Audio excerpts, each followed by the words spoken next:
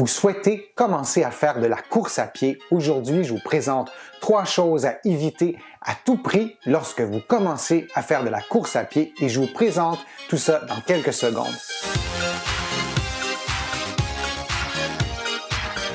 Je suis Denis Fortier. Si vous êtes nouveau ici sur ma chaîne YouTube, je vous conseille de vous abonner en cliquant sur le coin inférieur droit de l'écran. Je vous invite aussi à vous abonner gratuitement à mon infolettre en visitant mon site web, le www.denisfortier.ca. Vous allez aussi pouvoir prendre un rendez-vous en ligne. Je donne des téléconsultations et ça fonctionne vraiment très bien.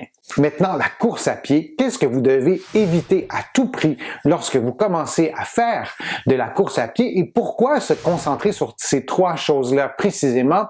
D'abord, premier objectif, prévenir les blessures. Il y a plusieurs études qui l'ont démontré. Le risque de blessure est très élevé durant la première année lorsqu'on commence à faire de la course à pied et même, je dirais, dans les premières semaines et les premiers mois. Donc, prévenir les blessures. Un deuxième objectif, économiser l'énergie. Bien sûr, pour améliorer vos performances, pour pas dépenser vos énergies pour rien et aussi pour diminuer les stress sur vos articulations. Donc, l'économie d'énergie, c'est absolument fondamental en course à pied. Et le troisième objectif, pour pouvoir profiter des bienfaits de la course à pied sur votre santé et ces bienfaits-là sont nombreux.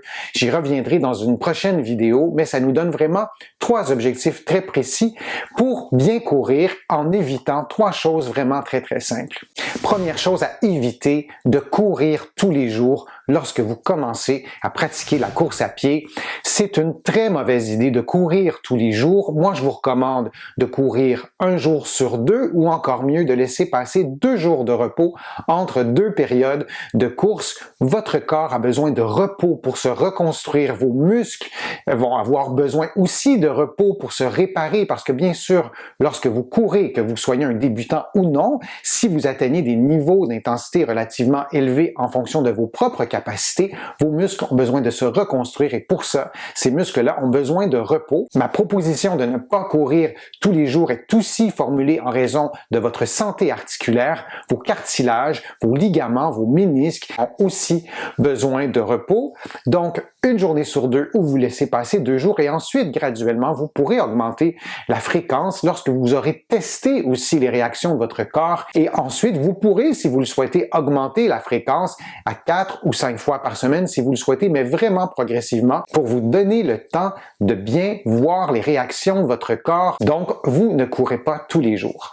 Une deuxième chose à éviter, c'est de vous imposer un patron de course, c'est-à-dire d'attaquer par exemple avec la plante du pied ou plutôt d'attaquer avec le talon et il y a d'autres particularités bien sûr au patron de course. Moi, je vous déconseille de vous imposer un patron très précis, très restrictif, particulièrement s'il est contre-intuitif. Si vous sentez que c'est vraiment difficile de l'intégrer à la façon naturelle avec laquelle vous courez, allez-y progressivement, ne vous l'imposez pas. Bien sûr, rien ne vous empêche d'être renseigné, de bien comprendre la mécanique du corps humain, la biomécanique et ses effets et les effets de la course sur cette biomécanique-là, mais allez-y progressivement.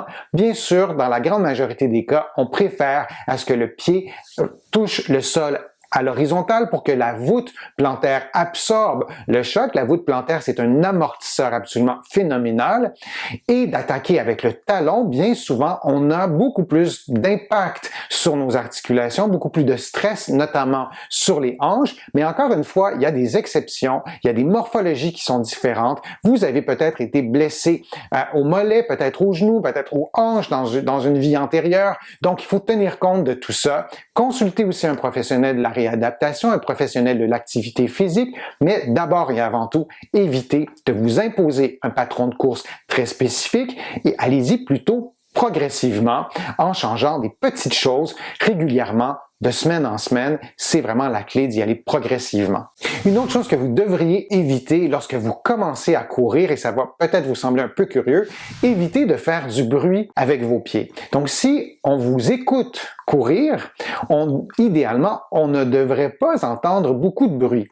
C'est une façon relativement intuitive de mieux contrôler les impacts lorsque vous courez. La course, ce n'est pas le festival des sauts en hauteur. Donc, si votre tête bouge vraiment beaucoup de haut en bas, si votre corps se déplace beaucoup à la verticale, bien probablement que lorsque vous allez arriver au sol, il va avoir un impact qui est quand même assez grand. Donc, de s'imaginer que vous courez sans faire de bruit, bien souvent, ça contrôle plusieurs paramètres de la course qui vont faire en sorte de diminuer votre risque de blessure, diminuer aussi la dépense énergétique, de vous faire économiser de l'énergie. Donc, c'est une belle façon, je trouve, d'intégrer plusieurs concepts sans avoir à tout analyser à chaque pas qu'on fait. Il y a bien sûr d'autres éléments à considérer lorsqu'on commence en course à pied, par exemple la cadence, le nombre de pas que vous faites par minute, la vitesse aussi de déplacement, le type de chaussures. J'y reviendrai dans une autre vidéo pour vous parler de ces différents paramètres-là, mais je voulais vous proposer d'abord 3 choses à éviter à tout prix. J'espère que ma vidéo vous a été utile, j'espère que les renseignements étaient clairs. Si vous avez aimé ma vidéo, je vous invite à cliquer j'aime, à la partager sur les réseaux sociaux, ça me donne plus de visibilité, ça m'aide aussi à produire de nouveaux contenus. Vous allez trouver beaucoup d'informations sur mon site web, le www.denisfortier.ca. Vous allez aussi trouver d'autres informations dans mes livres qui sont disponibles partout au Canada, en librairie et sur le web. Vous allez aussi trouver mes livres un peu partout dans le monde, notamment en France, là aussi en librairie et sur le web. Je suis Denis Fortier. Je vous remercie beaucoup. À bientôt.